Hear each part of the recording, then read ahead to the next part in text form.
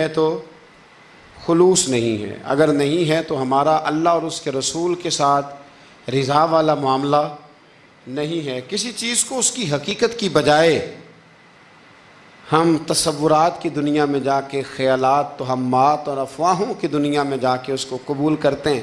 یاد رکھو، جن لوگوں کی زندگیاں اللہ کی رضا کے لیے تھیں وہ لوگ بڑے اچھے تھے، بڑے خوش بخت تھے، بڑے خوش نصیب تھے۔ انہیں بدر کے میدان میں گردنیں کٹانے میں بھی بڑا ہی مزہ آیا تھا۔ انہیں آپ دیکھیں نا، احد کے میدان میں جانے دینے میں بھی انہیں بڑا مزہ آیا۔ جب آدمی میں خلوص ہوتا ہے تو اس کے لیے جان قربان کرنا بھی آسان ہو جاتا ہے، لیکن جب خلوص نہیں ہوتا پھر گفتگو ہوتی ہے، پھر باتیں ہوتی ہیں، پھر داستانیں ہوتی ہیں، پھر کہانیاں ہوتی ہیں، پھر لب و لہجہ ہوتا ہے، پھر منصوبہ سازی ہوتی ہے، پھر ہیلے بہانے، پھر سغرے کبرے جوڑ کے لوگ کہانیاں اور داستانیں بناتے ہیں۔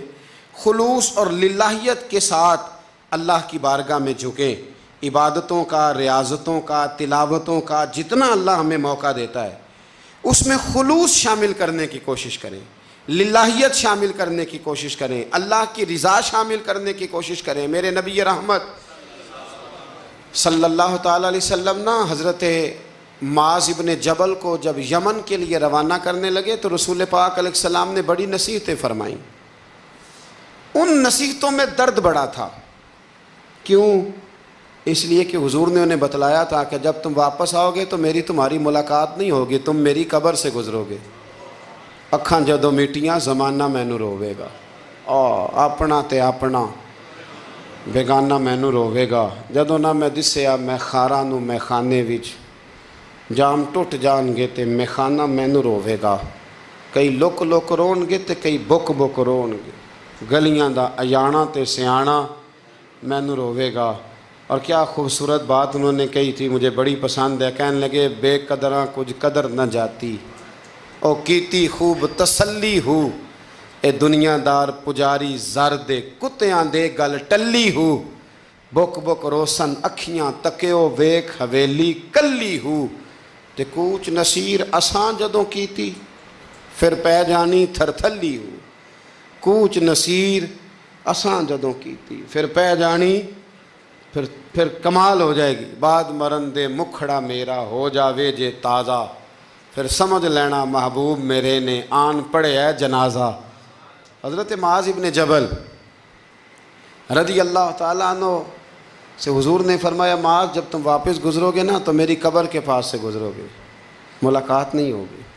تو وہ جو نصیحتیں تھیں نا اس موقع پر جب آپ گویا کسی سے آخری ملاقات کر رہے ہوتے، ان نصیحتوں کے اندر جو حسن ہوتا ہے، کمال ہوتا ہے، وہ تو جاتے جاتے کی بات، لے سجنا اساں توڑ نہیں پائی تو جان ہی دتی راہ تیرے، وہ جو جاتے جاتے کی گفتگو ہوتی ہے، وہ جو انداز ہوتا ہے بڑا کمال ہوتا ہے، اور اس کی گہرائی اور گہرائی کو وہ سمجھ سکتا ہے جس کو وہ لمحے میسر آتے، جو اس وقت اس مقام پہ کھڑا ہوتا ہے۔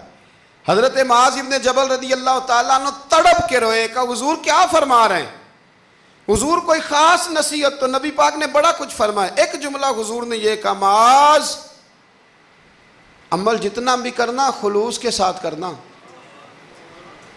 اور محبوب نے فرمایا تیرا خلوص کے ساتھ کیا ہوا تھوڑا عمل بھی رب کی بارگاہ میں زیادہ بنا کے تیرے لیے ذریعہ نجات بن جائے گا۔ جتنا بھی کرنا خلوص کے ساتھ کرنا، بولیے خلوص کے ساتھ کرنا، للہیت کے ساتھ کرنا، اس کے اندر کوئی کمزوری نہ آنے پائے، للہیت کے ساتھ، خلوص کے ساتھ، رواداری کے ساتھ، پیار کے ساتھ کرنا۔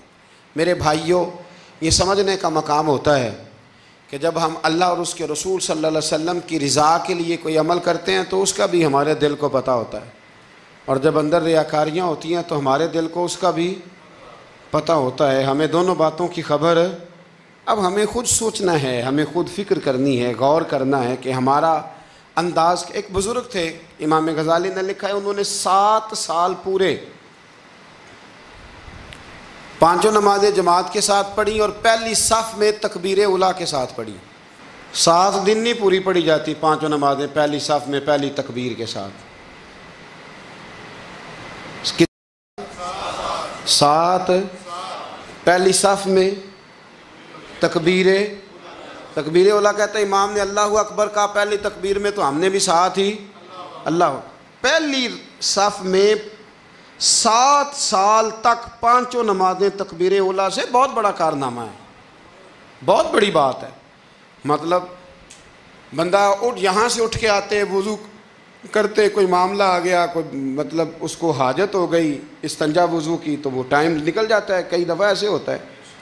7 سال پورے نماز پڑھی تو کہتے ہیں 7 سال کے بعد نا ایک دن 8واں سال لگا ہوا تھا, تو بزرگ فرماتے ہیں میں ذرا لیٹ ہو گیا, تکبیر اولا تو مل گئی پر پہلی صف نہ ملی, تیسری صف میں جگہ ملی. بزرگوں کے تقوی دیکھیے گا. فرماتے ہیں تیسری صف میں میں نے نماز پڑھی تو میرے دل کے اندر خیال آیا یار لوگ کیا سوچیں گے کہ اتنا اچھا اس کا ریکارڈ تھا, پہلی صف میں یہ نماز پڑھتا تھا تو آج تیسری صف میں لوگ کیا سوچیں گے. فرماتے ہیں جب یہ لفظ زبان پہ آیا تو میرا ضمیر بول پڑا, جب یہ سوچ دل میں آئی تو میرا اندر تڑپ اٹھا, چھم چھم میرے آنسو نکلنے لگے, میں رویا. اور فرماتے ہیں لوگ چلے گئے اور میں نفل پڑھتا روتا رہا. میں نے کہا اللہ مجھے یوں لگتا ہے وہ 7 سال تک پہلی صف میں جو نمازیں پڑھتا رہا وہ تو لوگوں کو دکھانے کے لیے پڑھتا رہا. فرماتے ہیں میں نے 7 سال کی نمازیں قضا پڑھی, قضا نمازیں پڑھی, اس لیے کہ مجھے سمجھ آئی کہ وہ نماز اللہ کی رضا کے لیے نہیں تھی, وہ تو بندوں کو ریکارڈ بنانے کے لیے تھی. تو میں نے وہ 7 سال کی نمازیں قضا پڑھی.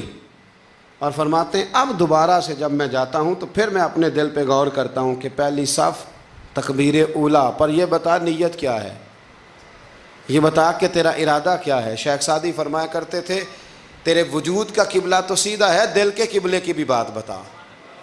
تیرے وجود کا قبلہ درست ہے پر دل کے قبلے کی بھی, ہاں خودی کا سر نہاں لا الہ الا اللہ, خودی کا تیگ فساں لا الہ. یہ دور اپنے ابراہیم کی تلاش میں ہے. صنم کدا ہے جہاں لا الہ الا اللہ, صنم کدا ہے جہاں لا الہ الا اللہ. اور اگرچہ بت ہیں جماعت کی آستینوں میں پر مجھے ہے حکم ازاں لا الہ الا. تو یہ جو ہمارا مزاج ہے نا لوگوں کو دکھانے کا, بتانے کا, سنانے کا. شیخ ابو العباس مرسی فرماتے کہ مجھے کئی دفعہ محبوب کریم علیہ السلام کا دیدار نصیب ہوا. میرا اور حضور کا معاملہ تھا, پھر میں نے لوگوں کو بتانا شروع کر دیا.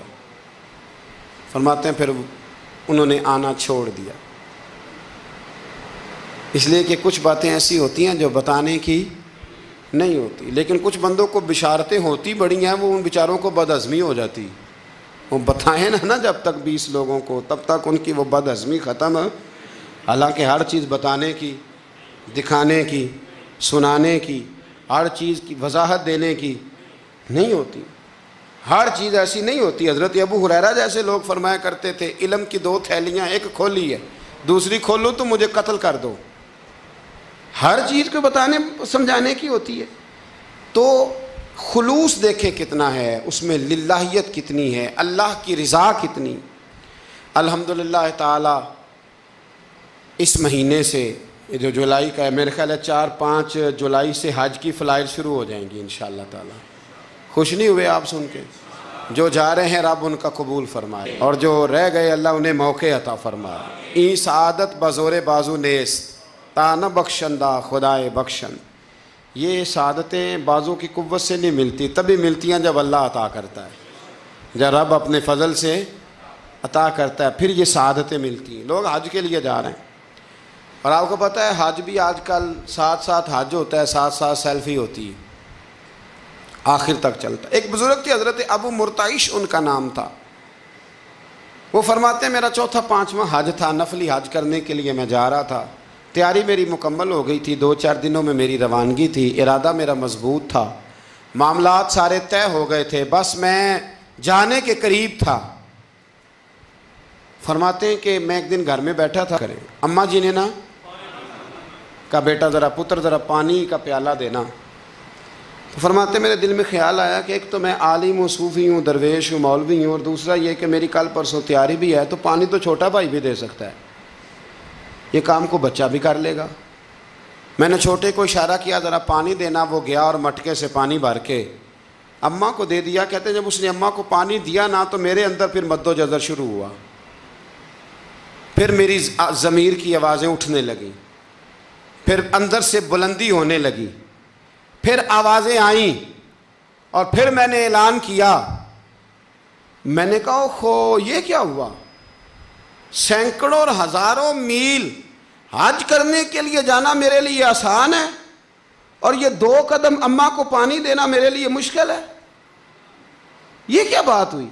حالانکہ حج کرنے سے بھی اللہ نے راضی ہونا تھا, اور اماں کو پانی پلانے سے بھی اللہ نے راضی ہونا تھا. پر یہ میں کس جگہ کھڑا ہو گیا ہوں کہ سینکڑوں میل اور ہزاروں میل جا کے حج کرنا میرے لیے آسان ہے, لیکن پانی بھر کے لانا میرے لیے مشکل ہے. چند قدموں کے فاصلے پہ مٹکا پانی کا پڑا ہے.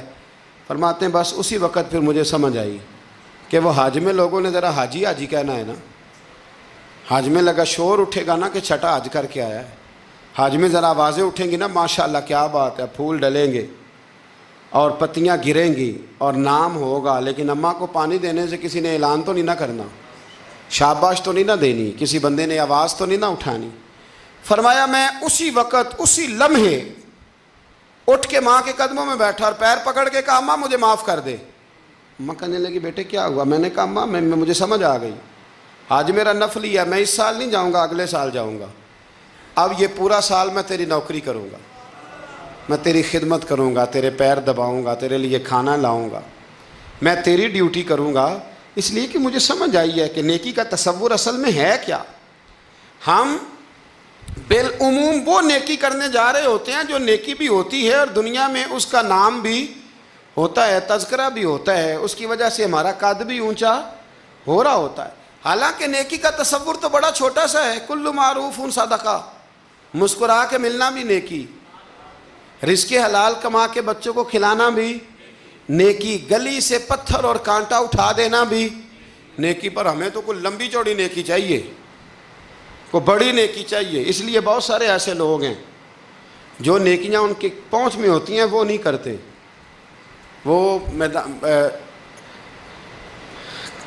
محرم کے ایام میں نا ایک جگہ پہ حاضری کا موقع ملا, تو وہاں ایک صاحب کہہ رہے تھے ہم مریں گے, لڑیں گے, جانیں دیں گے, قربانی دیں گے, ہم امام علی مقام کی سنت ادا کریں گے, سارا کچھ کریں گے. تو بعد میں وہ میرے پاس بیٹھے تو میں نے انہیں کہا کہ جب جنگ کا موقع آئے گا تو انشاءاللہ لڑیں گے, جانے بھی دیں گے, پر ابھی آپ یہ کام کریں کہ امام حسین ایک رات میں پورا قرآن پاک پڑھا کرتے تھے, یہ والی سنت امام حسین کی شروع کریں. یہ والی سنت ابھی آپ سٹارٹ, جب وہ موقع آئے گا تو انشاءاللہ وہ کام بھی کریں گے. تو یہ والی سنت آپ سٹارٹ کریں امام صاحب کی. امام صاحب 100 نفل پڑھا کرتے تھے فرض نماز کے علاوہ روزانہ, 100 رکعت نماز نفل.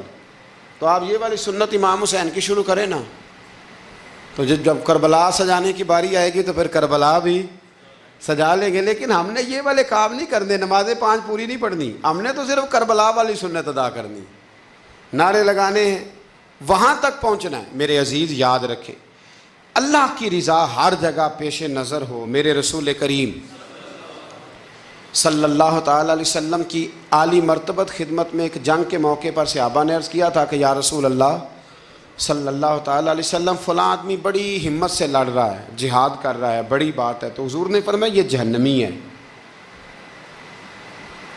جہاد کر رہا تھا, توجہ ہے میری بات پر. حضور نے فرمایا یہ جہنمی ہے, یہ دوزخی ہے, یہ بندہ جنتی نہیں. جب سرکار دو عالم صلی اللہ تعالی علیہ وسلم نے یہ بات ارشاد فرمائی تو صحابہ کہتے ہیں ہمیں تجسس ہوا کہ یہ کیا بات ہوئی, اتنی ہمت سے, جوان مردی سے, اتنی وہ دلیری سے لڑ رہا ہے اور حضور نے فرما دیا دوزخی ہے. کیسے دوزخی کیسے؟ تو ایک صحابی کہنے لگے میں اس کا پیچھا کرنے لگا. جب پیچھا کرنے لگا تو اس پر نا کچھ زخم کاری لگ گئے تھے, زخم گہرے تھے.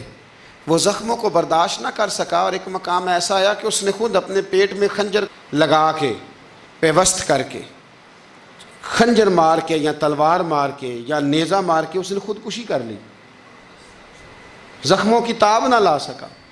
حضور نے فرمایا تھا کہ یہ جہنمی ہے. تو اس کی وہ جو بات تھی وہ صادق ہو گئی. کہتے ہیں میں فوراً بولا, میں نے کہا میرے محبوب جو فرماتے ہیں حق اور سچ ہی فرماتے ہیں. دیکھو کس موت مرا. اب اس پر مفسرین نے لکھا ہے کہ وہ بندہ جو گھر سے نکلا تھا نا، تو وہ دین کے لیے لڑنے نہیں نکلا تھا، وہ قومیت کے لیے لڑنے آیا تھا کہ میرا سارا قبیلہ گیا ہے تو مجھے بھی جانا چاہیے، ہماری قوم سے فلانی قوم ٹکرائی ہے تو لہٰذا ہمیں، اس کی نیت میں، ارادے میں دین، للہیت اور خلوص شامل ہے۔ اس کی دلیل وہ حدیث ہے جس میں حضور نے فرمایا کہ عالم بھی، سخی بھی اور شہید بھی اس وجہ سے جہنم میں جائیں گے معاذ اللہ کہ ان کی خدمات کی وجہ اللہ کی رضا نہیں تھی، خدمات کی وجہ ذاتی شہرت تھی، بہادری کے دعوے تھے، سخاوت کا سبب یہ تھا کہ لوگ انہیں سخی کہیں۔ خلوص والا جو عمل ہوتا ہے نا، خلوص والا، وہ تو بڑا تھوڑا بھی ہو تو قبول ہوتا ہے، اس میں بڑی، دیکھیں نا، اللہ کی بارگاہ میں مقدار نہیں دیکھی جاتی، معیار دیکھا جاتا ہے، مقدار نہیں دیکھی جاتی، معیار دیکھا جاتا ہے۔ نبی کریم علیہ السلام نے ایک جنگ کے موقع پہ اعلان کیا کہ ہر بندہ چندے میں حصہ دے، قحط کا زمانہ ہے، بہت زیادہ مال کی ضرورت ہے، ہر آدمی آئے، حصہ ڈالے، آگے بڑھے۔ جب سرور دو عالم صلی اللہ تعالیٰ علیہ وسلم نے یہ اعلان فرمایا، حضور نے حکم دیا، تو بڑا بڑا مال دیا۔ حضرت عثمان غنی نے کئی سو اونٹ دیے مال کے بھر کے، حضرت صدیق اکبر نے بھی بڑا دیا، فاروق اعظم نے بھی زیادہ مال دیا، حضرت عبد الرحمن ابن عوف جیسے لوگوں نے ہزاروں اور لاکھوں دینار دیے۔ ایک غریب صحابی تھے،